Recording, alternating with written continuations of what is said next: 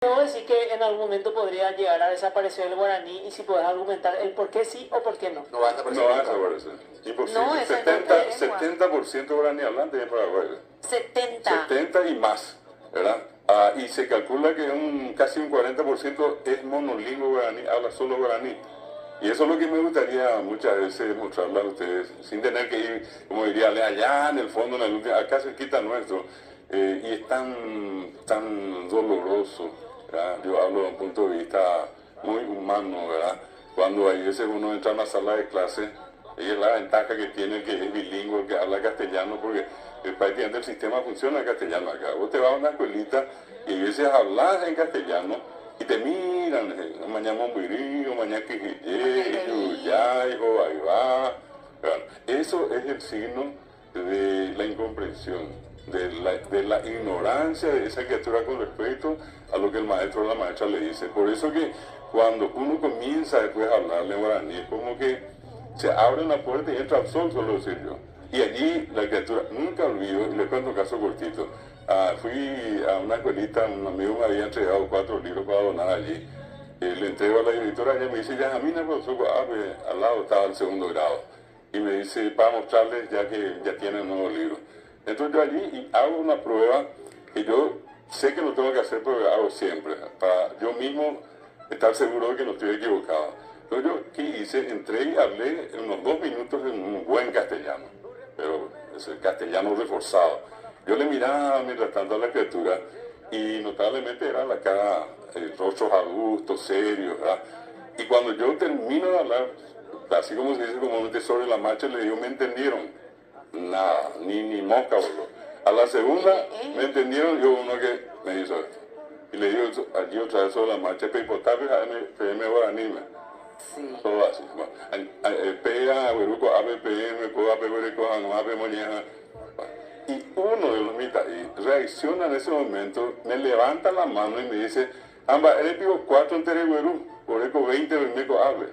¿Por qué te dijiste 4 minutos estamos 20? Hasta me mandó al diablo, ¿verdad? Me entendió guaraní porque no me entendió en castellano.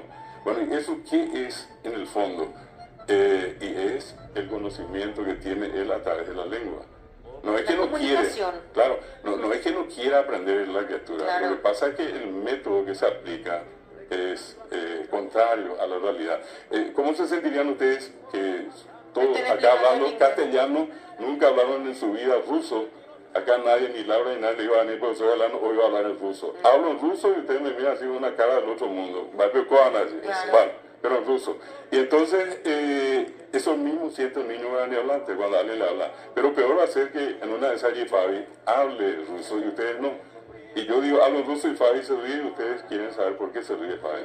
Y sí. Bueno, ese mismo, yo les invito a todos a ponerse en esos zapatos. 70% de Paraguay sigue hablando guaraní. 40% casi sigue siendo monolingüe guaraní, sigue siendo la lengua mayoritaria, pese a todas las represiones que pasó, el guaraní sigue hablando. Yo puedo ser inclusive hasta más, darle un sentido más patriota, no patriotero.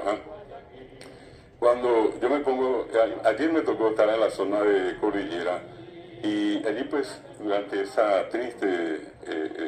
triste episodio de la historia inclusive de la humanidad, que fue la guerra de la Triple Alianza contra el Paraguay.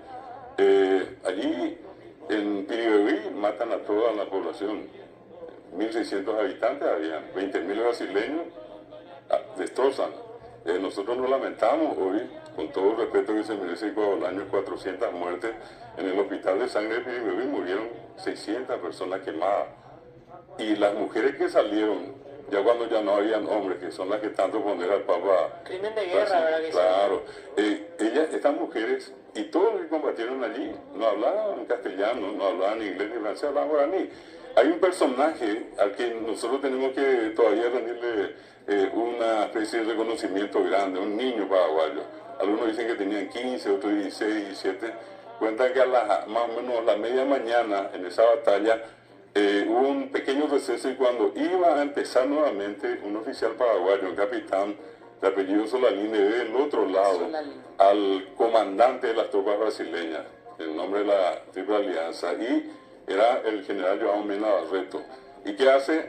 Solalín le llama a este mitad, que nadie lo conoce, Gervasio León, ¿Y ustedes creen que le llamó en inglés o le llamó en chino, le llamó guaraní?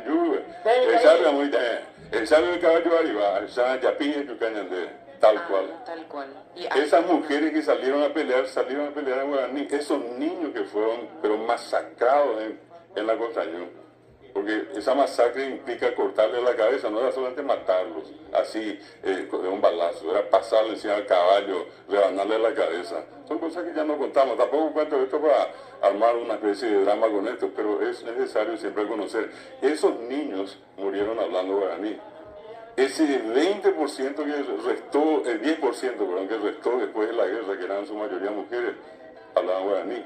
Esas mujeres que volvieron a tener 10, 15, 20 hijos cada una, volvieron a enseñar en guaraní. Claro, entonces, cuando uno mira y uno dice de dónde venimos, o quiénes somos, y bueno, somos eso. El guaraní también es como mantener viva esa cultura que casi fue aniquilada, ¿verdad? Por supuesto, por supuesto. Allí, en el guaraní está toda la historia, y yo por eso suelo decir que más allá de una cuestión meramente lingüística, medio romántica, y esa acá también de parte nuestra con ustedes, lo que hay de por medio es toda una historia que en el Paraguay no se va a entender nunca. Yo decía el otro día cuando llegamos al final, es imposible entender al paraguayo sin el guaraní, y decía yo, entender al guaraní sin el paraguayo es como que somos dos en uno solo.